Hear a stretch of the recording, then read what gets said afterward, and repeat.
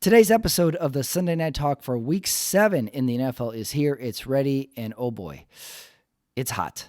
It's hot because I, your host, Patrick Ramirez, attended Raiders at Bears today in Chicago. We'll get into it. You know the result. I know the result. We'll talk about that later. Hey, if you're new to the show, if you're new to the channel, running it back here on YouTube, please subscribe to it. All my shows are up there. Stand-up clips, my movie series is up there, not to mention the Sunday Night Talk is running right now. It's in season. I have a new interview of Running It Back going up on Tuesday. Very good interview, fellow Los Angeles comedian. That's all I'm going to say. You're going to have to listen to it. On the show tonight, Brother Andrew joins me. Omar Carmona joins us as well on the screen. We talk about my Sunday at the ballpark. We talk about all the games, and we give out the awards, as we always do. It's Week 7, and the Sunday Night Talk starts right now.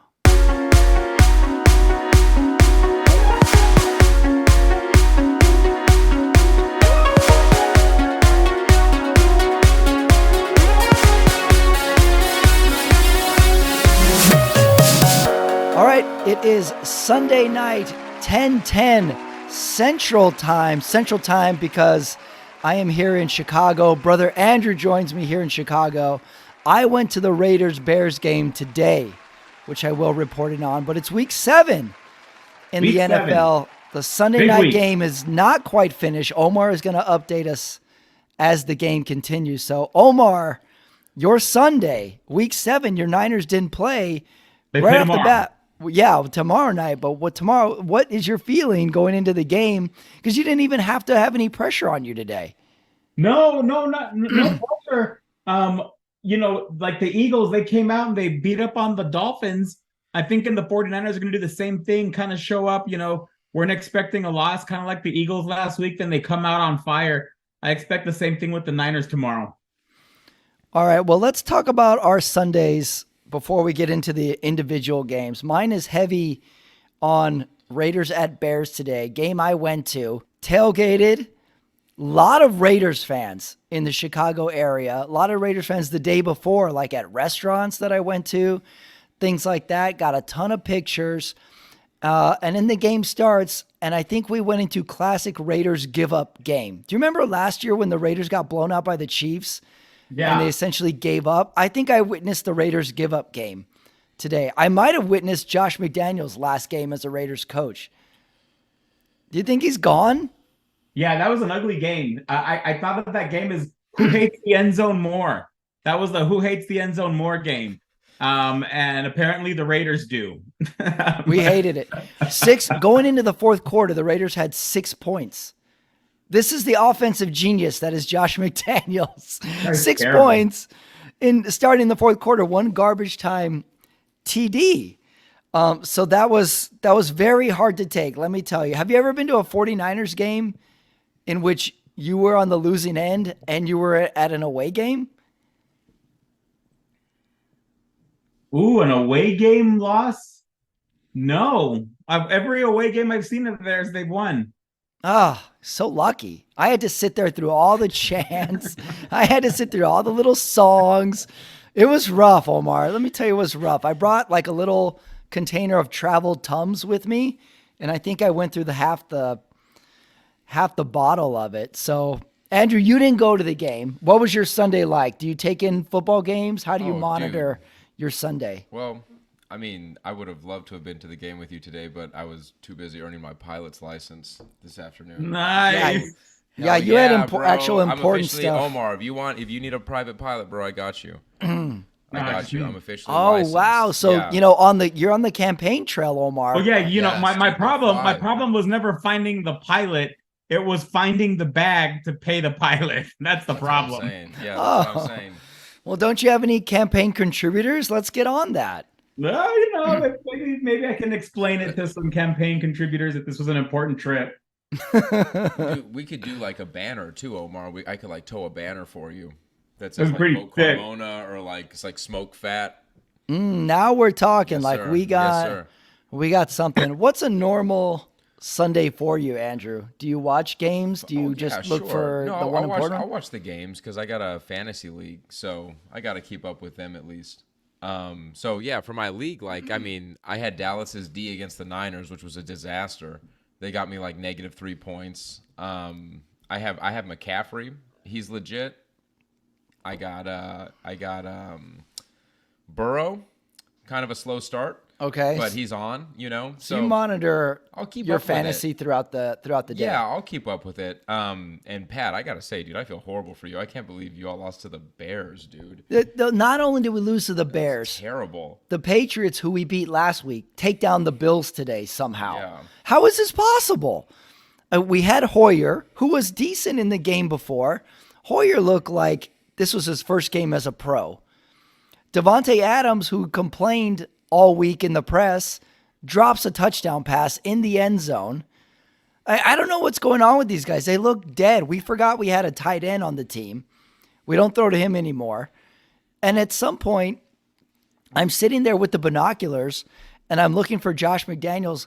For the whole fourth quarter, Omar, he stood on the sideline, and nobody is around him by like 20 feet. He is alone. I'm like, this guy is gone. Like, nobody seems to like him. He seems like he's made a mess of this team. He's gone tomorrow, don't you think? Or am I crazy? It's possible. Can the Raiders tank the rest of the season? Strategically, can they? Like they don't have to give that pick up, right? Like if they tank it and if they get a top pick, it's not somebody else's pick. I don't think. I don't know for sure, but I don't think so. But I mean, they're in the Tankapalooza category now. I think it's time. It's Vegas. You have Jimmy G. Vegas just seems like it's a franchise that needs that like number one quarterback pick. Yeah. And then becomes that's why I was thinking Vegas may you may need to keep your eye on Caleb Williams out of USC, or do they wait another year and wait for let's see how the Manning kid comes out, Yeah, you're high on this Manning kid. He's like a freshman in college. You already want him in the NFL now. I mean, it's just the pedigree, right? Oh, yeah. Well, you think about it. I'm looking at this Raiders team, and I'm like, who's the leader of this team? It never was Jimmy G. It's not the coach. No one on offense seems to really be hyped up. If anything, it was the defense a little bit last week, but Crosby was a non-issue today. The Raiders' biggest plays on offense today were 2 pass interference penalties. That was it. That was the only offense they had. It was ugly. It was an ugly, ugly game. And I think it's time to talk tanking for the Las Vegas Raiders. They did not show up. It was bad. It was a bad effort. And you know what? No one has a sadder face than a Raiders Mexican dude fan. I've realized leaving the stadium, there was some sad Mexican dudes in Raiders gear. Did you tailgate? What was going on there? Was there drinking, shots? Yeah, we did the whole day, which is partially why you get so tired.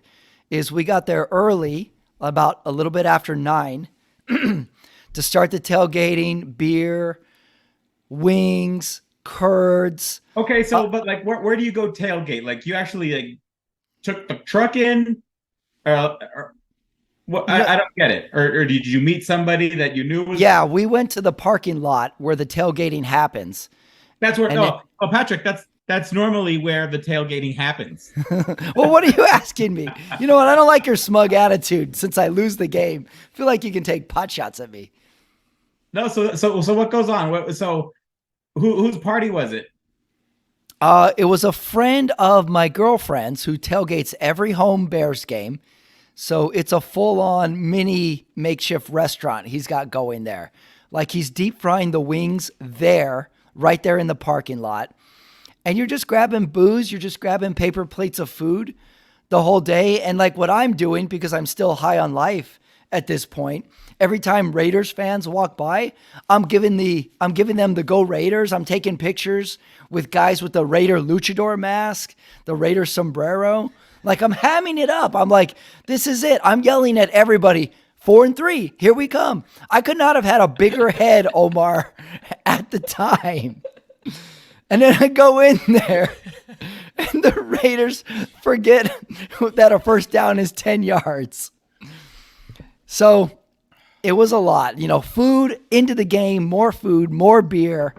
Fun time, but Bad time for a Raiders fan. What's like the happiest you ever were like as a Raiders fan? Like in recent memory. Overall happiness, I would say probably that 2002-ish season when they went to the Super Bowl because they were winning so much. So that was probably the most consistently happy. But there was a point 2 years ago when the Raiders got on that run with Derek Carr and they went to the wild card spot of the playoffs. I was, like 2 weeks, 2 weeks of happiness. There was a year Derek Carr was good, but broke his foot in the last game of the season, but they already secured playoffs. So I was happy leading into that game because they were in the playoffs and then they lost again in the first round. Yes, you're right. Yeah, 2002 they went to the finals or the Yeah, championship. lost They to the Bucks. Yeah. That would probably be the most consistently happy I was as a Raiders fan. Yeah. Because Rich Gannon was the MVP. Hell yeah. Somewhere around that year. I would say Hell yeah. the happiest, Patrick, was the moment I don't like where this is going. he thought the Raiders had recovered that Tom Brady fumble. Oh, that was good. That was a good for 7 to 9 seconds where I was like, game over. We're going to what we're going to conference championship. You would have gone to the Divisional? conference championship. You Would have went would've to gone- conference. Yeah, against Pittsburgh, or maybe it was Pittsburgh. Yeah, they would have played Yeah. Pittsburgh. Ah, that was a good little moment. That one did not last very long though, because they reversed it, and it was like Raiders were dead after that. Yeah. Damn it! What just rough memories come back. You know what? I don't want to keep going down this road, but you know another rough memory. I saw an Instagram post that said 5 minutes of the best plays by Jamarcus Russell. And it was like him throwing good balls, but it was the only plays he had. I was like, how Yeah. many? It was all how his. many It was all hopes his. and- It was all his footage from the combine. Right. It was from warm-ups. Yeah, it wasn't in a game. It's like, He was how many wearing hopes His have we jersey. had? His jersey number was like 205. Jesus. Dude, Loser. He had such a rocket though. Ugh. Remember he like threw it like 70 yards on his knees or Yeah, something like the that? highlights are awesome because Awesome. Yeah. it's his arm, but oh, how bad did that Yeah, he didn't pan out. go? Well, the Raiders go to 3-4. The Bears go to 2-5. I think we're at now. Yeah. I'm not crazy about either team moving forward. I don't know if you would say this is a statement game by either team. Although I'll give the Bears quarterback a little bit of credit. Like, he looked completely sharp of it. Nothing did not work for that guy. What was the best thing you had to eat today? Oh, the wings. Yeah. Like hot wings, that will get a reaction out of me. But hot wings and you're just chasing it with a Miller Lite.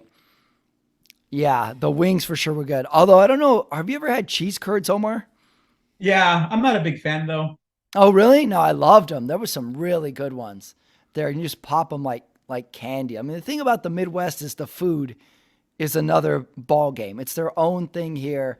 And you're going to find something you love like in one visit of somewhere. So the food is going to be the highlight of my day. I will have to see because I had to sit around and listen to Bears fan. My 10-year-old, it's bad when my 10-year-old nephew is like giving me shit. Right. Like he's trash talking me and like really throwing hard jabs at me. And he's at one point I'm bending down to eat my hot dog and he goes, "Oh, look, the Raiders scored." And I'm like, "What?" And he's like, "Nah." Kid already has an attitude. Yeah, that's not cool. All right, well, let's go through the Sunday games. Omar, you're going to lead the way on this one since I primarily watched the Raiders game. And I watched a little bit of Denver as well, but I got a few notes on each of the games. Cleveland at Indianapolis. That was That was actually the best game of the day. That was a close 39-38. Went down to the very end. Myles Garrett, I saw that he'd set a record for the youngest to hit most sacks before his 28th birthday. And like the list he was on was with Derek Thomas, Reggie White, Bruce Smith. So he was number one by by a few sacks. And, there's just, wow, what a great player, we may be watching greatness.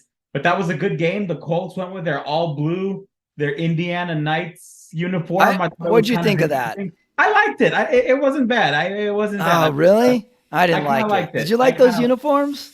I thought they were okay. That whole different They're all right. helmet. Just, yeah. I don't like when they just make a uniform up. Nah, You know? well, Aren't they all made they're up? selling this. So yeah, Well, you you got- know, they gotta sell it. But you know, when like they have a uniform and all of a sudden, like, here's an alternate, and here's Whatever, another. I'm going to tell you. I don't like it. I don't like it. There it is. Are you impressed by Cleveland? That's an interesting team, huh? Like, Watson got injured again. yeah, and there's a few teams that are kind of surprising me. So like, we'll go on. That was a good game. Pittsburgh kind of surprised me today. They came out and beat the Rams in the afternoon. But Rams, wow, they got that Puka. That guy can play. He's gonna get himself some paydays, in 2-3 years from now. At this rate, just what a fine. But the Steelers, that's another team. They're just like, wow, we didn't expect much from them, and all of a sudden, they can play. I have 3 games that I put question mark games against, and the Pittsburgh one is one. Buffalo, New England is another. And the Detroit-Baltimore game were all question mark games. Like, what are these games? That's it for me, man. I think the last few seasons of the show, I've gone, to bat for the Bills. I'm off today. You're off the Bills? I'm jumping off the Bills. All right, well, let's talk about that game since that one's up. 25-29. New England lost to the Raiders last week, and somehow they beat Buffalo. Belichick got his 300th win. What? Yeah. So we're off on Buffalo? Because I think I am too. Yeah, they're done. They just what a disappointment. And they have the talent. So now it's like everybody loved Coach McDermott for I don't know. Maybe is he the problem that these guys just aren't motivated to play a big game? And it shouldn't be a big game. It shouldn't even be a big game. It's the Patriots are a struggling franchise right now. Yeah. What's the Patriots feel like here in the Midwest, Andrew? Like, do people like them? Do they not like them? Because they're not necessarily a rival. I think like the Patriots are like totally segmented to their area. Like nobody likes them here really. Even like there's like obscure like Dallas Cowboys bars and like Eagles bars, but I don't think there's a Patriots bar here. So I think they're kind of like seen as like in Boston, like Boston sports, like everywhere outside of Boston, I don't think are well liked. I want to make the argument that the Patriots are really hated, especially in Chicago.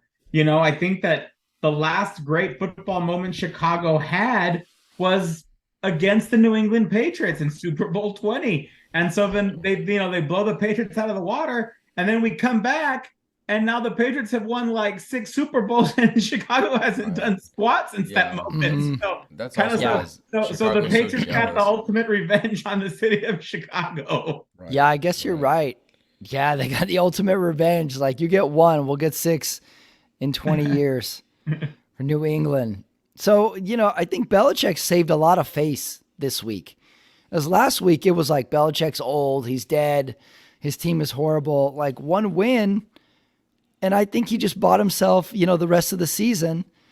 No, he didn't. But interesting that they would wait until today to report that he apparently negotiated a contract extension in the offseason. Oh, really? Yeah, and it's kind of curious as to why that would be leaked this week. Oh, good point. Why leak now? I mean, the NFL never stops now. Just there's a leak on Monday, then there's a confirmation Tuesday, and we rehash it the rest of the week. But I put a serious question mark there. It's like an old man just constantly leaking. You don't know what's going to happen on Tuesday.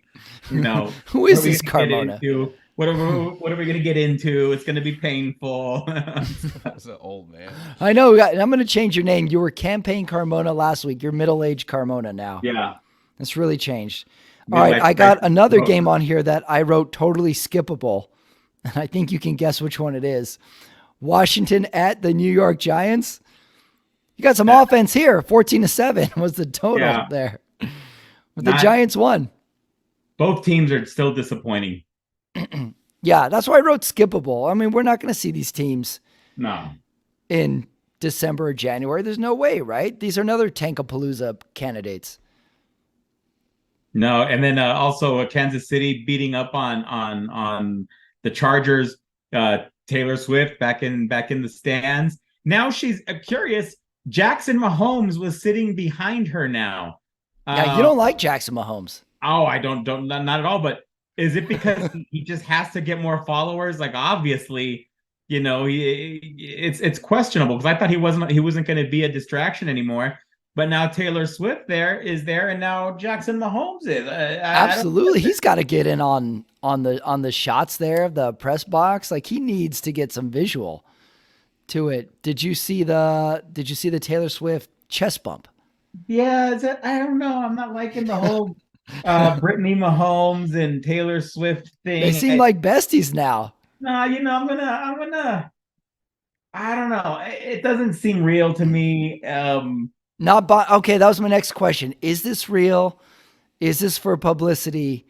Was it for publicity and they became friends? Like what's your mind on it right now? I think when you're talking this kind of money, when you're talking, the billion-dollar industry, both Taylor Swift and the NFL, what they are, sometimes you just get together. Like you don't have to love one another, but if you're gonna make $1 billion, who fucking cares? It's like you want me to? I'm gonna make $1 billion, and I just gotta hold your hand and take a few photos with you, and then maybe we'll get into a public squabble, and then we'll hashtag and add each other, and but we're still gonna make a ton of money, and we're still gonna be good looking people, and we're still gonna have money, and people are still gonna do it. It doesn't matter if it's real or not, Patrick. It doesn't even matter because it's like it's both things. Like they'll date and they're having sex all the time probably. They're not even like they're probably actually together. But at the same time, like they're both aware that it's good for both of them. Taylor Swift is like on TV all the fucking time now on like prime time. And then Kelsey got like 300,000 followers like as soon as he started dating Taylor Swift. Like his jersey's like through the roof. Like his jersey sales are popping off, Oh, so I think he loves this too. I think he's a bit of a fame whore himself. They're both fame, and they're both getting something out of it. Oh, absolutely. Ryan Reynolds is getting something out of it. Ryan Reynolds was there. Yeah, he was at the Jets one, right? Yeah, so it's like it's convenient for them, but they also probably like each other enough to like date for like 8 months. Well, here's my next question: How long do they go after the football season? Do you think they make it all the way through the off season? Is it going to fade away? Because now we have to start talking. They'll be through before kickoff of next season. Okay, I would say March. I would say they break up by March. Off-season breakup. Yeah. I'll say a summer breakup. Because this is all fun and games now, but when Taylor Swift goes on tour again? Because I looked it up, she's on tour in Tokyo during the Super Bowl. So when she goes on tour for like, I got a notification. I didn't look it up. They notified me, Omar.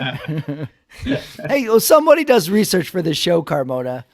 Man. I got to do the tough work. I slave. Omar, I sat in a stadium full of Bears fan and took my licks today. I took some serious. I bet you took those licks. I took some hard licks. I bet. Too many hard legs. You get the point. You get the point made sound effect. And in all seriousness, but going back to the Taylor Swift thing, it's kind of to me.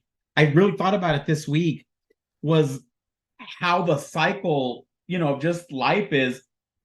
We have Taylor Swift, who, from what I saw in some, I don't know if it's true or not, but Steph Curry, if he has this fantastic year with incentives and whatnot, he's going to make $55.1 million for the whole season playing basketball. Taylor Swift last weekend made $55.1 million. Okay. Just damn. With the movie and all that stuff. I mean, it's crazy. So you're seeing Taylor Swift in her prime, and you kind of go back to 1997, 98, 99, Britney Spears, she was, the height of, world famous. I mean, Britney Spears was, for all the younger people, she was it. I mean, it was just Britney Spears. And now, look, her memoir comes out. You find out about all this shit, all these people, taking advantage of her, in my opinion. Really cashing in on her. And her coming from a very simple, a very simple, humble background. When they didn't. Mr. Spears didn't know how to handle all this money either. He's just a country guy from Louisiana. Yeah. Good point. Now who's gay? Yeah, right. just a couple guys just hashing on some gay topics. It's likely you're just both gay, right? It's possible. I know. I love how Britney Spears' like younger sister was like super, like she got pregnant by like 15 or something like that. And then when yes. And then when that happened, it was like, oh my God, like this family is just like it's a trailer family, And Britney Spears is super famous, but like the younger sister's like gonna just go that route where she's gonna have kids from like 15 on, And like even the Simpsons didn't do that. Like Ashley Simpson was like a pop star too. And Britney Spears' little sister just got knocked up super early. It's a bummer, man. That's a rough family. Sad. Spears family. Sad. Britney Spears is crazy too. But it seems like Taylor Swift's people are just, it seems like she's got better handlers. Kind of like in the way Lady Gaga, it seems like she just had people around her that made very good business decisions for her brand. The number one rule is if you have a brand like that, you protect the brand. So I think that's what we're seeing here with Taylor Swift and Travis Kelce and the NFL. Everyone's trying to protect their brand at the same time while trying to maximize each other's profit. Yeah. Like you have to say, if this was orchestrated and planned, which I think we all think it was, but like this has been the best version of how that plan could have went. The Chiefs are winning. Her movie came out. She's popular. She's celebrating in press boxes, watching games in New York. It has been a home run for both parties. It really has. In this regard. It's been a fun story. I think a couple more weeks and we're going to flip. We're going to start hating on it. It's inevitable. That was bound to happen. But like, it's been a great run. It's been a great run with these two. They're like off in New York, holding hands, going out to eat. Yeah. They're announcing stuff on Saturday Night Live, and then the Chiefs are winning. Like, you can't say this is a distraction because they're winning. So, good move. Good move by both. I do not like the take your relationship on Saturday Night Live. I think that's too far. Oh, you didn't like the Saturday Night Live, huh? All right. Or are we still talking about football? I guess. Let's get back to it. We got off there. All right. My question mark game, Omar. Red flag for the Detroit Lions. They got blown out. Oh, they got blown out. Or maybe another team. Are the Ravens really, really good too? They haven't. We finally got a good Lamar game. Jeez, it's like where have these guys been? But they definitely, the real. The real, is this the real Lions, or is this just maybe a hiccup? Like the 49ers had a hiccup, like the Eagles had a hiccup. But we'll see how the Lions respond moving forward, but Ravens look really good. What's the Lions viewpoint here in Chicago, Andrew? Because they're division rival for the Bears. Do people have a hatred for them? Is there some mutual respect? Because there's a lot of hatred for Packers. I know that, but what about Lions? Nobody really cares about the Lions here. There's one guy at work who likes the Lions, and he likes them as like a joke, basically. So no one really gives a shit about the Lions here. The Packers, just people people like the Packers here, and there's like Packers haters and Packers like super fans. Yeah. But the Lions are just like the Lions might as well be like a distant fucking team, Mm-hmm. There's at one point during the game today where we walked under a bridge and there's a chant going. I'm like, what are they chanting? And we get on the bridge and the chant is, fuck the Packers. Right. At a Raiders-Bears game, there was a fuck the Packers chant going on in the tunnel. So they don't even need to be wasting their time. Man, those Packers looked terrible today. Yeah. Do you want to talk Packers Broncos for a hot second? We can keep that for 1 second. My take: two bad teams playing each other. Jordan Love, he's got to play better. When you get outplayed by Russell Wilson, that's a tough beat today. Russell Wilson looked almost average today, which was pretty damn good for what he's played today. He looked like almost a little old Russ. Denver defense can ball sometimes. Yeah. Yeah. Jordan Love had the one wacky touchdown where the receiver tipped it to his own man. Yeah. And they got a touchdown that way. Other than that, I mean, this was a competitive game, but those are two struggling teams. But I mean, I don't know if Denver defense can ball sometimes. Didn't the fucking Dolphins put up like 70 points on them yeah, a few that's weeks true. ago? That's like true. A horrible defense, Omar. Well, they can ball against the Packers. Is that what you're saying? They suck. Yeah. Well, I mean, Russ cooked a little bit, I guess, but he preheated. But he's just like proven to be like system, I guess, at this point. Yeah, he got no speed. Like even his arm is like his arm sucks. I just think it's accuracy and shit. They got to move on. Yeah, I think they just got in a bad contract because they apparently they're still on the hook for him next year too. So I don't even think they can have a choice. And they still suck. Yeah, this has been a disastrous first year for Sean Payton, I think. I don't think he likes anybody on the team right now. He looks angry all the time. And then he set himself up for failure because he was talking mad shit about Nathaniel Hackett. Like then before he had that came too. In. Yeah, and now he's like doing worse. Mm-hmm. You could probably say worse at this point. Then in the game, Seahawks beat the Cardinals. Oh yeah, I had that in not watchable either. No, but I really like those all white Cardinals jerseys. They're sticking with them. You're right. Yeah, I just keep going all year. I like them. But other than that, that was not a. But hey, another game. The Seahawks. They're just kind of hanging around there too. They're gonna hang around. They're gonna hang around, and they're gonna beat someone in the wild card round. Yeah, next thing you know, it's like shit. They creeped up on someone. So that could be an interesting story. The Falcons, another team, just like I don't know what happens. Sometimes the Falcons they love close games, right? Yeah. And then they kind of expose Baker Mayfield.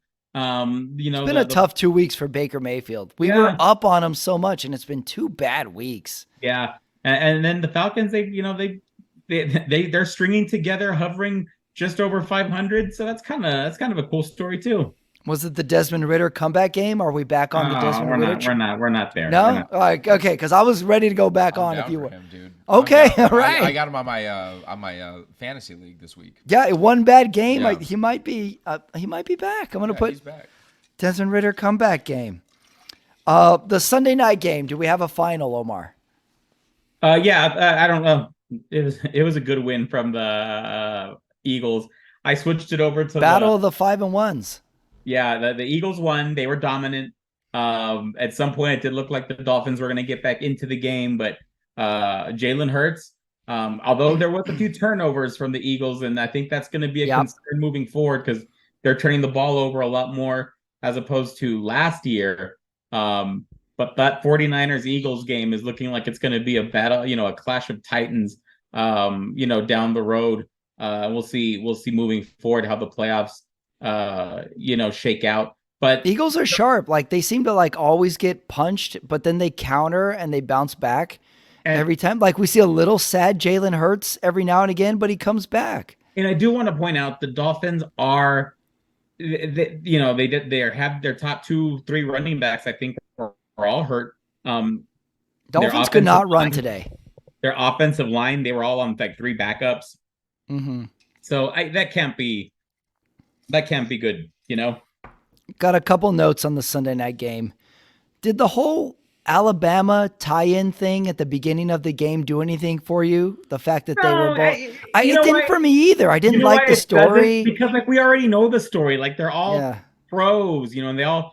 they all, you're going to find a picture when there were 10 Pro Bowlers, in the same shot, as freshmen.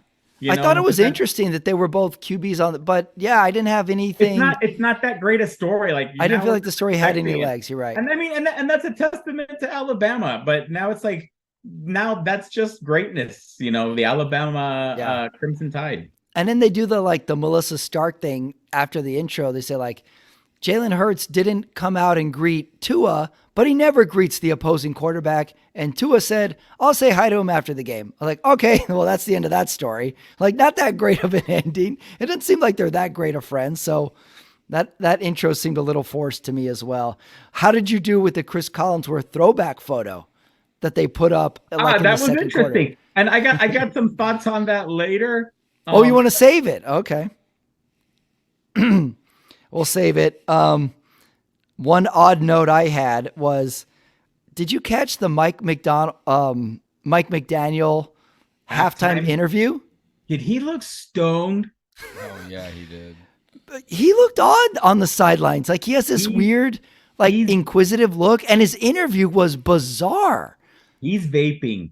But he's always like that. Isn't he always kind of Remember, like that? but remember when they had that little zoom in last year, and that he looked like he was grabbing a Oh, really? Yeah, he rips like a little like a little vape. Like I forget the name brand, but yeah, it looks like he vapes real quick. He probably he can run into the little concussion tent whenever he wants.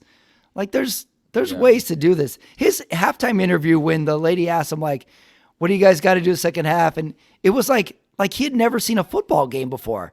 He's like, oh, it's a team game, and we got a lot of positivity, and we just gotta take it one series at a time. And and then he sprints away, like he sprints into the tunnel. He's an odd man. Maybe you're right about the vaping, Omar. Yeah, he for sure vapes. He for sure vapes. Like he wears like fucking sweats to the game. He has like his sweatpants on. You know, there's no doubt. But have you seen that picture? But not only of him the sweats, but they're like capris. Yeah, he's like sunburned, so he like falls asleep like in front, outside all the time. He's very tan too. Yeah. He's got. Oh, did you see his watch? He's got a huge watch. He's wearing a huge gold watch. Yeah. But have you seen that picture of him from '99? Where he's like an assistant for Denver or something like that. Yeah, he works for Denver, and he looks he was the ball. He was the ball boy. He was like a manager. I saw that going around. What is that? He was a ball boy for Denver. You just see this. I just see this guy at a college dorm, playing hours and hours of the Dreamcast, NBA 2K, whatever. Yes, exactly. He looks like that guy. He's like Sugar Ray. Like he has a Sugar Ray look. Like those were frosted tips. Yeah. Oh, and like gamer, like you can tell he just gamed. The stud earring. Yes. Yeah. I could see that. I could see him being like a big Madden player, but he played online with all the other young coaches, like when he's in college, like Sean McVay and stuff like that. So they know each other, but they never actually met until they got into the NFL because they gamed. He was one of the last guys to get rid of the pager. Sure. Yeah. He had a pager. Yeah, he had a pager. Definitely. Fuck yeah, definitely. He had a pager. Yeah, we need. His looks on the sideline are so odd. Like we were laughing about it. Like he's got this little stare down he does when he's waiting for the official, or he's got this weird call he's gonna make. He's an odd man. I like it though. He's one of those guys who are like, all right, we need a camera of him all the time and have him in the corner of the screen the whole time because he's funny. He's a funny guy. He does funny stuff. And then last note on the game, are we fans of this Philly push play? Because I think they ran it 8 times. Can we talk about that now? Because I do have some thoughts on that. All right, let's do that. Yeah, let's talk about the push play because I think it's going to get outlawed next year. Guys, that's a dangerous play. I'm looking at it you're just going in you're just head down. The one that I felt bad for was the center, Kelsey. Imagine all that weight just landing on your head. I don't care if you have a helmet on. That pressure is going to get to your head. Yeah, there's 18 guys on top of you, pretty much. Yeah. They're getting not just 1 yard, they're getting 3 yards out of it. There was one where Jalen Hurts rushes the line and the 2 guys behind him gave him a boost and lifted him off his feet. It just seems like in the way the offense has to play it and the way the defense has to play it, both sides have to. And the only way you can run it successfully if you're on the offense is you have to go head first. the only way you can defend it successfully is if you're going low head first. I haven't seen anybody defend it successfully against the Eagles. So if this is a league that really cares about player safety, then you're talking about head injuries and you're protecting the quarterbacks. But then I don't understand how this is not going to be outlawed later, because I think it's entirely too dangerous. I would hate for a playoff game to come down to that play this year. I mean, it's not. It just almost doesn't seem like football. And I know it's within the rules and stuff, but I'm with you. I think they outlaw it. Isn't it kind of ridiculous that it's looking like that rugby scrum? Yeah. That's what I don't like about it. Do you think it gets banned next year, Andrew? Honestly, like, I think. How do you police it? No, I How do you police it? You like the play. Like it. Yeah, like if you can get like fucking annihilated on a crossing route by like a free safety, like then the center can have his neck like pushed in a little bit too. Like I feel like it's just like another violent encounter, but it's instead of it being like focused on like passing or whatever, it's like a hardcore like run play. And it is like, it's like almost Spartan, like the way that they just like group together and just like push forward. It is in a way a very old school football play. Old school. And it's like cool because it's like West Coast offense, like introduced hardcore passing like as a style. And like this could kind of be sort of reintroducing like a hard nosed, like forward progress style. But I think it's honestly like also fuck it. Like it's up to the other teams to make it not work useful. Yeah. No one has figured out a strategy to defend it yet. Right. I don't know what it is, but nobody's like Steph Curry pulling up like 5 feet off of the 3-pointer line and just draining threes all the time. Like it'll require defenses like some time to get used to it, but I think it's cool. I like when teams start to innovate a little bit. Yeah, it is an innovation you would not have guessed. Like the sneak play. We got to innovate the sneak play. Right. That the Philly offense looks very strong. Like they do. Not only this push, Jalen Hurts takes the shotgun snap in almost what looks like a sumo stance. Yeah. I've never seen another quarterback take it like that. Philly looking really, really strong. Any last notes on Sunday night, Omar, before we go to the awards? No, I didn't. My last note was on Collinsworth, and I'm going to have some hot takes on him, but we'll save it. All right. Well, this week we're going straight to the awards, Omar. No trivia. We went way too long on trivia before. So we're going straight to the awards this week. So first award, best quote. I have 2 nominees for you. Number 1, this is from Jonathan Allen, Washington Commanders player, interviewed after his loss to the to the Giants. And it was, I'm tired of this bullshit. Got to get ready for motherfucking Philadelphia. But they tried to bleep it out. But they did this bleep thing where, like, what the word is. Like he says, like, so the word. Like, I love when they bleep it, but they give you just enough so you know what he said. And then number 2, when Bill Belichick was asked at the press conference, how do you feel about getting your 300th win? I'll worry about that later. Bill Belichick, everyone. That's my quote of the day. Bill Belichick. That's a great one. That's classic. That's vintage Bill Belichick. We'll worry about that later. One of my favorite quotes though today, I heard at Chris Collinsworth when he was talking about the tush push, the brotherly shove or whatever it is.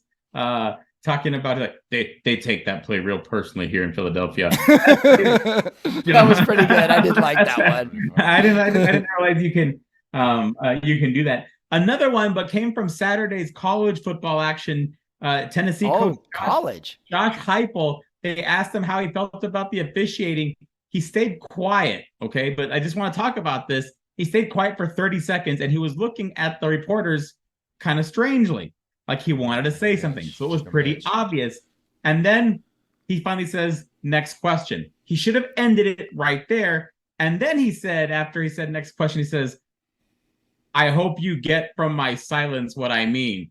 He ruined it. I thought he ruined it. Oh, yeah, he should have kept silent. It's like he had to explain it. So that was awful. That was a bad quote. Yeah, you need a second take on that one. Be like, hey, you can do more with less words here. The college coach versus the NFL coach is could not be more different. Don't you think? Like the college coach thinks they're the star of the team. The NFL But, coaches when you think about it, they are. A lot of these coaches are the highest paid state employee. Oh yeah. Uh-huh. I mean, Lincoln Riley, coaching at a USC, he would never go to the NFL. It would be too much of a pay cut. Didn't they give Lincoln Riley like all of his hundreds of millions and, 2 big houses in Malibu and, I mean, a private jet? They're living large. These guys are the superstars, especially now that they have the green light to treat their team like professionals, like business, through NIL and all that. So they really are the superstars. Yeah. I mean, no greater evidence is when the hot college coaches in the NFL for a few years and then goes back to college. They're like, hey, Nick Saban, guess what? I'm back. I'm with you. I like that quote. Andrew, you're new to the awards. Do you have a best quote of the day?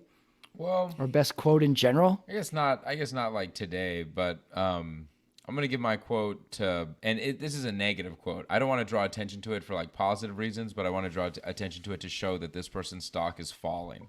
Like Caleb Williams, the USC quarterback. Bad Saturday for Caleb Williams. Like I know he lost to Utah, but this was even earlier than that. When he lost to Notre Dame, somebody trolled him, and like a Notre Dame fan like ran onto the stadium and like took a selfie with Caleb. Oh, I saw that. Yeah. And it's like it's a meme, like, he's making fun of Caleb Williams kind of, but like an interviewer asked Caleb Williams about that, and like I'm not going to quote it right, but basically Caleb Williams says like, well, a lot of people would want to be, and then he looks down at his own feet and then he says a lot of people would want to be in these 12.5 shoes. And like everyone was like kind of confused because they were like, does Caleb Williams wear a 12.5? That's like, he's like flexing on a shoe size that's not even that impressive. Like even normal people like who work at like fucking Petco wear like a size 13, who are so not only did he like say that this guy wants to be me basically, but he was also like let everyone know his shoe size. And I thought it was a bummer. Like I thought it was a bummer because I was like, I thought his shoe size was bigger. Now like I know it's a 12.5. And then reports that he's his agent his representatives are telling NFL teams that he wants ownership stake in the NFL in the team that drafts him. Dude. So, oh wow. And have you seen there's a stat that came out where it's like he's inflated because when you put him against like top 10 teams or teams that are like more legit, all of his stats are inverted. He has way more interceptions, he has way more he takes more sacks. So I think it's like if this keeps going in this direction, like it might be sort of starting to get exposed that he's like a highlight quarterback. Like when he goes against easy teams, like he does really cool plays and stuff, but against like hard competition, like he does get kind of wrecked, and he has a bad attitude too. Like he didn't shake anyone's hand after the Utah game. So he just sat there on the bench looking all like smug. So the whole his whole thing is like based off of him being able to be badass at football, but now that he's like kind of slid on 2 games, he's kind of coming off as like a pouty bitch a little bit. So I wanted to bring that quote about him kind of talking about his 12.5 size foot is like you're out of touch right now, bro. Coming out hot on the first award, best quote. Yeah. Wow. Next award, Hot Take Award. All right, I'm going to give you mine first because I know you have a lot to say, Omar. Here's my hot take. Josh McDaniels and Brandon Staley are both going to get fired this week. It's time. It's time, man. Josh McDaniels, the Raiders, where is the offensive innovation? Nowhere. Brandon Staley, the Chargers. It's been 3 years. You got Justin Herbert. Why are you still losing all these games? I say they're both out this week. So that's my hot take. And I hope they both are. They both deserve to go. They stink. I agree. They should go. Okay. You're with me. I'm not crazy on that. I'm with you on that. Okay. All right. You want to give me your hot take? My hot take, going back to college football, I do have one. I think we spent too much time talking about college football already, but there was a hot take I did want to talk about. Michigan State getting the death penalty. Listen to what these guys have done the last few years. Oh, Michigan I don't know State this. had that gymnastics doctor, right? That was accused of sexually abusing several of the gymnasts there. Okay, That was Michigan State? that was Michigan State, Doctor Wow. Nasser. Okay, Jeez. then they have that's a big scandal. Then apparently they hire this coach, and he sends horrible text messages to the officer that was in charge of the compliance on their sexual harassment environment. I mean, what kind of a maniac would send a dick pic to the person that's responsible for cleaning up that Here mess? comes campaign Carmona. Go.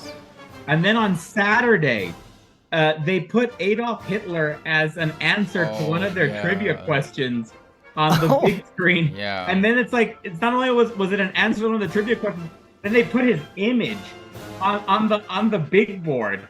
It's like, you guys are freaking stupid. So I think the hot take needs to be the death penalty for the Michigan State Spartans. Well, you are running for judge, Omar, so maybe as your first decree, you will hand down the death penalty to Michigan State University. And then my last thing, Chris Collinsworth, is he now the old guy of the NFL? You know how John Madden for a long time, well, it was Summerall for a long time, and then John Madden took over, being the old guy. It kind of seems like then Al Michaels took over being the old guy, and now is Collinsworth the next old guy? Because I noticed today when they made a point to Collinsworth about the game that the last game, or that Shula game that he called, right? Yeah. He said like, "Oh, I thought that sounded familiar," or something like that. It's like he doesn't remember this stuff. Oh, he's making old guy comments now. Right. And then there was a shot of them, the camera behind them turning on, and then Trico says, "Hey, camera's up here," kind of like helping an old guy out, And I mean, like, what is that? Oh, I didn't catch that. That bums me out that Collinsworth is now old guy status. Yeah, we always had that old guy, Jim Nantz, Pat Summerall. Maybe it's Collinsworth, Al Michaels. What about Bob Costas? Is he old guy status? Well, I think he would have been, but right? he's not doing anything right now, right? Yeah, he was always like Olympics guy, right? I mean, he was football. Did he not like have some health issues recently? And I don't know. Did he? Maybe that's the reason. And I think like he had to miss like some Olympics. Oh, that he was maybe scheduled you're right. to do. I don't remember. Remember the one year he had pink eye in the World Series or something? NBA Finals or something like that. NBA Finals, yeah. He went on with pink eye. That was hilarious. Didn't stop him. He's like, I'm still going on. I'm Costas. Wow, we got Chris Collinsworth is officially old. He looked quite different in that throwback photo to what he is now when the side by side there. Do you have a hot take, Andrew, for the day? Dude, I'll piggyback on the Chris Collinsworth hot take. Like, I'll take it in like another direction. Like, I think Chris Collinsworth is like kind of an asshole, dude. He was prickly today. Like, he can be an asshole sometimes. And I think he's been crabby, like an old man. Yeah. He gets a little like he was a little quiet today too. I thought like he wasn't speaking that much. Like maybe he didn't get his nap. Yeah, he needs to like. He need a warm blanket. Did you remember like a few weeks ago when the 49ers were playing? They were doing that Brock Purdy like story about his dad like selling hot tubs in Arizona or something, and Collinsworth was like, I mean, like after the segment was done, he was like, "Who would want to buy a hot tub in Arizona?" And just shit all over the business. And then Tirico even called him out and was like, "We're trying to help him sell hot tubs." And Tirico have had little like odd back and forth this year. Yes, so it's like kind of like Collinsworth is like. It's like he not only does he not get the point of why they do stories, he's shitting on it, But even that line, that would be something like an old man would say, like, yeah. You know what I mean? So I think now we are in the territory of old man Collinsworth is just going to be getting all upset, and maybe his son's going to have to like, kind of like bring him back into reality. Right. Yeah. Oh man, old man's Collinsworth. These takes were very hot this week. I didn't predict that. Wow, old man Collinsworth. Right into our next award. Perfect. The cringeworthy award. Oh, no. Sorry, skip one. Best innovation is the next award. I have 2 nominees. Number 1, I'm going to give the Philly push a nominee. And also the Dollarita. Did you see the commercial for the Applebee's? Applebee's has been on point with the commercials the last 2 weeks. It was the 3 for Me last week. And this week, the Dollarita. I don't know what it is, but I want it. So I'm between those two, and I'm a little over the Philly push, so I'm going to give it to the Dollarita as my innovation of the week. Mine is going to be the end zone paint machines nowadays with the stencils and whatnot. Oh, really? Because I saw that if you saw the Giants and the Eagles, old NFC East, they went with their nice end zones today, and it just seems like that's a lot. It seems like back in the old days, that would have you couldn't make any changes like that mid-season because you gotta have to rip up the whole carpet, you know what I mean? Oh yeah. But nowadays, it's you could just instantly probably paint that on in the morning, you know? Yeah. Remember back in the day, they would repaint something, but you could see the faded thing that they painted over too. I was even thinking, remember how they would do the lines? You'd have to put that white powder and like an old lawnmower. You'd have to just kind of push it. And remember every once in a while, a team that shared their field with a college team, they would say, fuck it. And they just had 2 sets of hash marks on the field. Yeah. And you're like, all right, you guys use these ones. That one's for college. It was a different time. Yeah, different times. Oh, good innovation. What about you, Andrew? Do you have a best innovation? I guess not that big of a deal, but I don't know if you noticed it, but they zoomed in on one player's thigh pads today, and he had Mike Myers faces on him. Oh, I missed that. He had put it wasn't on his uniform, it was on the pads underneath his uniform, but since the spandex stretches, you can see through it a little bit. And he had some spooky thigh pads on today. Oh, so cool. I bet he's gonna get in trouble for that. Yeah, because you can't just do that. But it was kind of cool. I was they got tattoos and stuff where they can kind of display pop culture shit. And now they kind of put it on the thigh pads. I was like, that's pretty sick. Good for Halloween coming up too. And it's spooky. Yeah, it was spooky. Yeah, it was on today. I don't remember which game, but it was kind of weird. But I was like, oh, that's cool. Yeah. Good equipment intimidation. Yeah. I kind of I think Jalen Hurts had a touchdown or something today and he doesn't celebrate. I always think the non-celebration celebration is kind of intimidating too. That's a good move. I think I would encourage that one. Yeah. The just touchdown, ball to the ref, no big deal. That can be a little intimidating as well. More so than a dance as well. All right. Next award. Here it is. The cringeworthy award. I got one nominee, and I saw it. I've seen it in a bunch of games, but there was a good one in today's Sunday night game. My cringeworthy award goes to when a player rolls their ankle. They show it in the slow-mo. You see the ankle move over, and everybody goes, ugh! And then you see them react to it. So cringeworthy, anytime you see an ankle roll, I don't need to see it more than once. So that's my award. For that. My cringeworthy award has been the discussion of Bill Belichick's demise as the greatest coach on the greatest dynasty the NFL has ever seen. And it's just kind of hard to, I think it's so unfair that after all this success, he's having his worst season, but cut the guy some slack. It's is it time to get rid of him? I mean, the guy won 6 Super Bowls. Is there ever a good enough time to get rid of that knowledge? Mm-hmm. So I think I'm a little cringed. I cringe, but more so God, cut the guy some slack. Yeah, I'm a little sad when I hear the talk too, because is this how he's going out? This is the greatest coach of our generation. Is this how he's going to go out because of Mac Jones, because of a failed Cam Newton year, and Tom Brady got to sail off into the sunset with his Super Bowl. I mean, net win, Tom Brady. You're was he just a system quarterback? Oh, well, guess what, bitch? I'm on Tampa Bay and I won a Super Bowl. Bye-bye.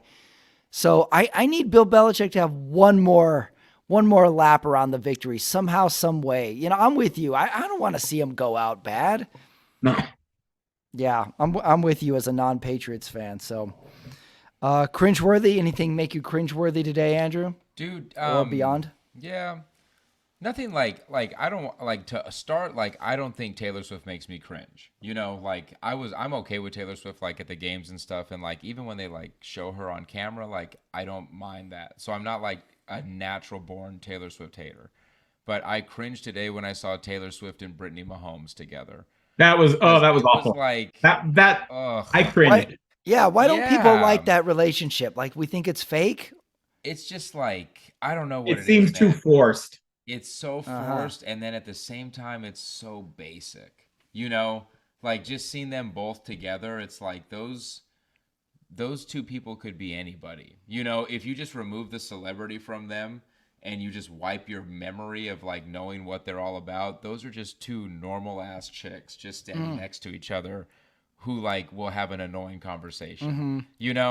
And then when they're kind of dancing together and stuff yeah. and like vibing, I was just like, it's not even a celebrity thing. It's just like I would be annoyed by that if I saw that happening like at a high school game Yeah, or at the something. Yeah. Applebee's. I'd be like, where you fuck get a that. Yeah, dollarita. fuck this. That They was did the cringe. like weird like Yeah. handshake high five thing. Yeah, it made me cringe. That was I was cringe, just huh? like, oh, move That was on. bad. This is bad. Yeah, Oh, okay. yeah. Didn't anticipate that. The Taylor Swift. How long till we all flip on her? One more home game? Two more? I think I'm I ready. think we're getting close. I think the mass populace is getting close to be like, all right, dude, I'm ready. you're ready. I'm Done. done with. I just don't need to care that much about it anymore. I need to see how she does when they lose a game. Because it's Yeah. all fun when you win. Like, let's see how she handles a loss. I still need to see that. Luckily, the Chiefs are good. They're not losing that much. Next award, Best Costume Design. I had to work for this one because we had the Colts, we had good uniforms, but you know what my best costume design is? And mainly because they won today, the Patriots silver pants today. They went with the old school blue jersey, silver pants like the Bledsoe years, early Brady years. I thought it worked for me, and they won, so I went with the Patriots silver pants as best costume design. I went back with the, like I said, made mention already, the way the Giants and Eagles turned the clock back to their 80s, and not only on the what they wore, but they also changed the stadium, the field, It looked back cool. to their old 80s designs. I thought that was the coolest. Yeah. I like the coaching staffs, like hoodies and sweatshirts too, looked really cool and retro and old school, but modern at the same time. That looked really good. Giants and those Eagles uniforms, old school, really Yeah. classy. Yeah. Really like it. I can't wait till they play each other, and I hope they go old school uniforms so we can get this throwback to it. That'd be pretty cool. Best costume design, Andrew? What do you got? I'll do two quick ones. Real quick one is like the all tinted visor where you can't even see inside of it is so badass. Yeah. It's been badass my whole life. Like in 2003 when LT rocked it, it was badass and it's still badass. Is that your earliest memory of the visor would be Ladanian Thinking. era? Let me think. 'Cause who else had a dark He visor? was one of. Am Well, I McMahon off if had I the bright. say- There was a bright visor. McMahon Yeah. had like a rose color one, and then he had a dark. Yeah. He had many. If it's kind of see through, it's still badass. But I like the all tint, like no inside, like Yeah. you can't see anything. So that's super badass. And like there was like a defensive lineman for the Packers that had one today, and I was like, that's so tight. That's still such a cool look to have. You can't see his eyes. Like I'm almost wondering why like more offensive players don't use that to their advantage. Like Yeah. like if a quarterback had a completely tinted out mask, I think there used to be a rule because the defense has to be able to see your eyes. Yeah, But that yeah, yeah. changed because there are quarterbacks with dark ones now. Yeah. So- and I can also see a quarterback not wanting a tint because maybe they can look off a safety easier if the safety can see their eyes. I don't know. So that was badass. And then my last one real quick is just the McDaniels sweatsuit.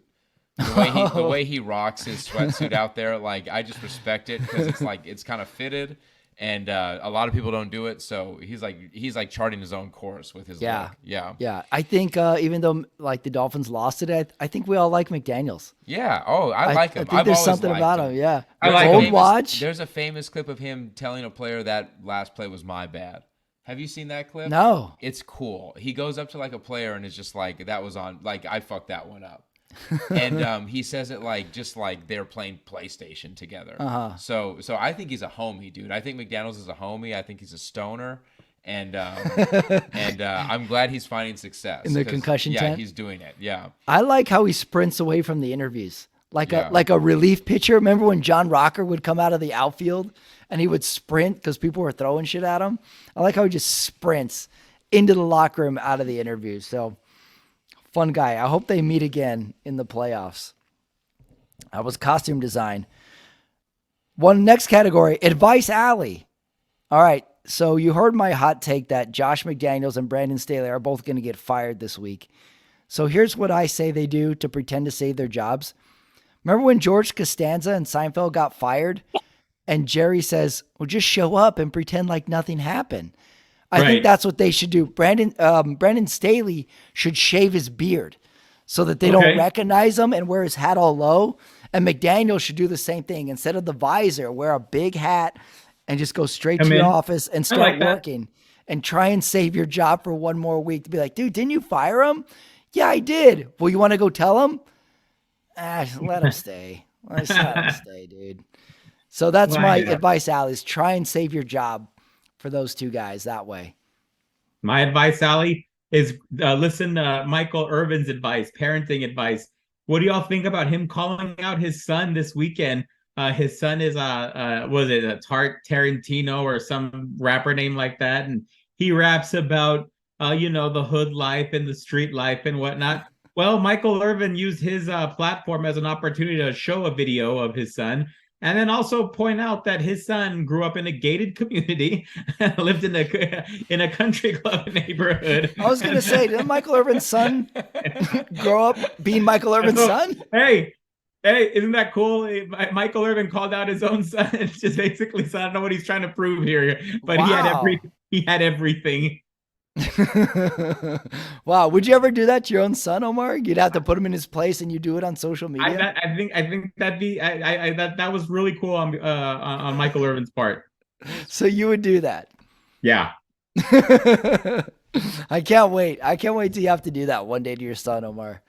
And to call him out on social media, put him in his place. It's gonna be great. Put him in a. I'll be the one with the keys to the juvenile probation department if I'm. Oh yeah, you can lock your own son up. Yep.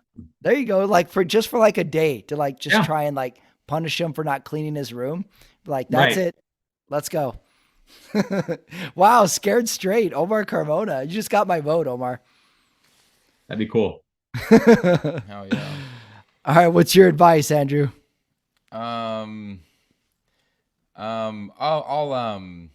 I was thinking about it, and I don't know if this is true or not, but in my recent memory, my advice would be that if Hard Knocks were to come to your team and say we want to do you next season, you should be like, fuck no, because every Hard Knocks team sucks.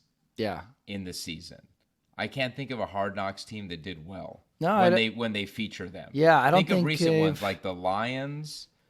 Baker Mayfield with the Browns. Lions, Browns, the Cowboys. Obviously the Jets this year. Raiders a few years ago. They've always sucked, man. Yeah. They never they never do Hard Knocks on good teams. It's almost like a curse. Like Hard Knocks is a curse. Mm-hmm. So if they want really, but you got to pass, But this one kind of sucked. This year kind of sucked though, because this was an injury. Yeah. An injury. But maybe that's part of the curse. Yeah, maybe that's part of the curse. But they never pan into anything. I mean, to play 45 seconds and you're out. I mean, that's insane.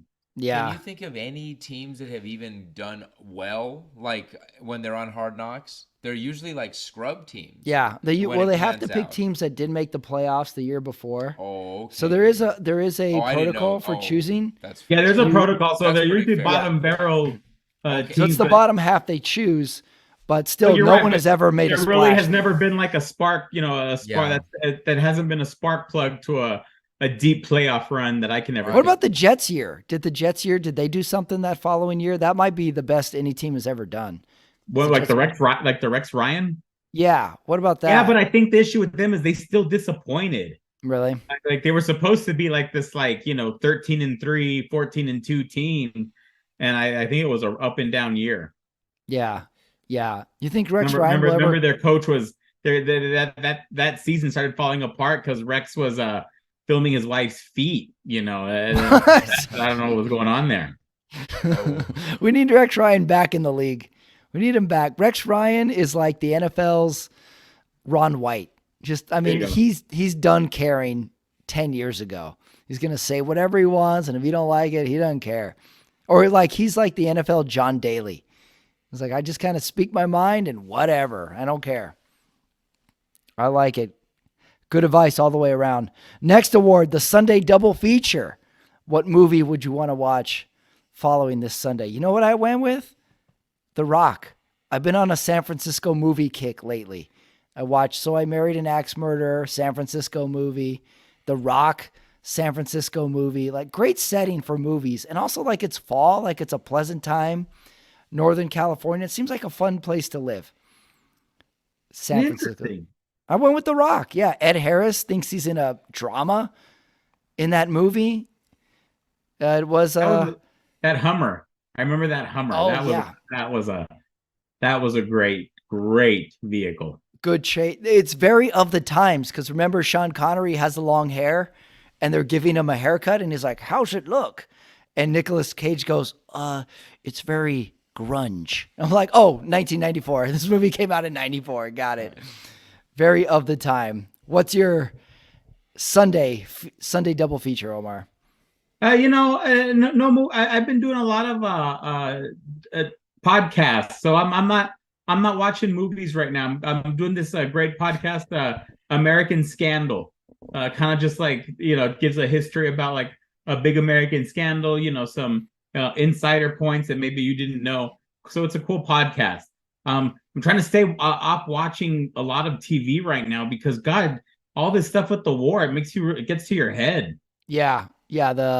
It's ramped up too, and it's depressing. It's super depressing. It's hard to find facts, and then the next day the facts are different, and and for some reason we feel like we need to find a side. I don't know if you feel this way too. You're like, okay, I got to figure out the facts so I know what side I'm on.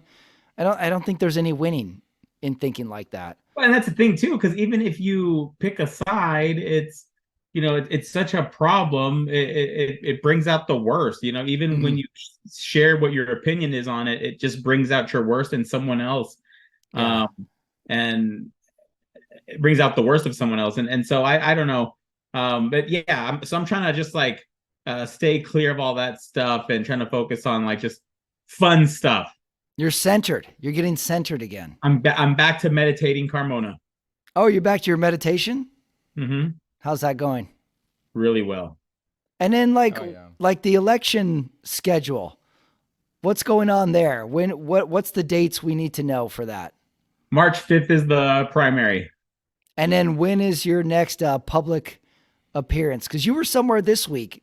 I'm everywhere. I'm everywhere. But you're on the trail, Carmona. You're everywhere. I'm out there. How's your intro? How long can we expect to hear you speak up top? I always stay within the within the parameters. So if you tell me that you got 2 minutes to open, I'll take a minute. Oh wow, you go short, huh? Yeah. And do you give a little like, this is where I went to school, this is my law school, this is my family? Like, do you give them a little Carmona insight, or do you go right to policy? I get right into the policy. Wow. Like, I can do it. I do it quick. So I say, I want to sound efficient, because if I tell somebody that, you get 2 minutes and you say, no, I can do this in 1 minute. You sound efficient. You're projecting efficiency. So I get right into it right away. I think given, the notoriety I got from the removal of the DA's office, I don't need to tell anybody anymore. I'm Omar Carmona. You should know by now if you're paying attention. So I think I got that going for me right now. Yeah. You're like the Mike McDaniel of the campaign circuit. It's like, what this is. And then you sprint away, sprint out of there, sprint out of the public school. Well, you are an efficient man. I like that. All right. March is our date then. That's election. That is when the election results are going to be in. Mm-hmm. All right. Well, we definitely have to check back for that. That'll be after the Super Bowl. All right. Andrew, your Sunday double feature. Dude, Carmona, you like inspired me to like maybe my double feature would be watching an episode off of season 1 of House of Cards. You know, remembering like that's such a good like political thriller, and it's all about like saying things like in the right way, and like when you give a speech, like how do I like communicate to them that they should vote for me? Like I should just talk for less time, you know? So like Right. they know that I'm like not like they don't get irritated with me, and also like I can tell them I'm more efficient. Like I love that show because it's like all about that shit. So like Yeah. I was, That, dude. that, that, that's I'm why not saying like you're watch not like the Billions. character. Oh, Billions. That's Pretty good. that's where you really learn how to convey a message. Yes. So and just how to think of a full on plan and make Right. it Right. Hell happen. yeah. Yeah. Like I think McDaniel has a plan, dude. Like when he seems super baked and he's like rambling, like I know that he's rambling, but at the same time, like he's like I feel like he just can't really translate it out, you know? But he's like there's like something turning inside of him, you know? So I feel like with that in mind, like Omar, like and your like political shit, like my double features for sure House of Cards. That's a sick Nice. show. Last award. Start with you, Omar. Who won the week?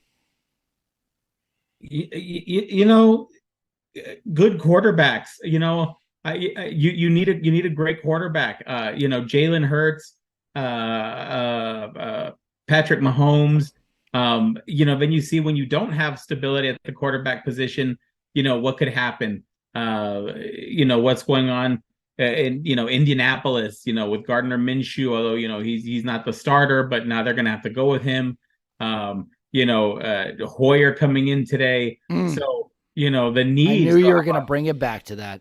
The need for a quality. Hey, I think the need for a quality backup quarterback that won the week. Good backup quarterbacks. It's you need that moving forward. I went with Bill Belichick won the week. The old man, let's give it to him. He beat the Bills. We all buried him. He got a weekend and he beat the Bills. High scoring, wasn't a fluke. And like not only on offense, like his defense was sacking Josh Allen and chasing him all over the field. So give one to the old man. Bill Belichick got his 300th win. I say he won the week. Good job, Big Bill. Andrew, who won the week? Oh, dude, like in my opinion, like this is more of a big picture thing, but I'm giving it to kickers in general. Like I feel like every single football season, like you hear about like kickers missing extra points and like fucking up field goals and stuff, and I feel like this season has been so tight for kicking.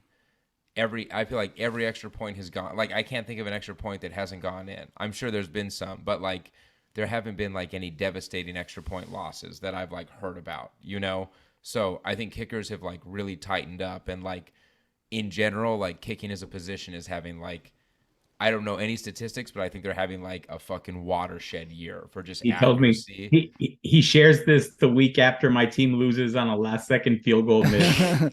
Oh, he said they were important. They're killing it. Like they're not missing, dude. I feel like they're just locked in, They're doinking, I guess, but yeah.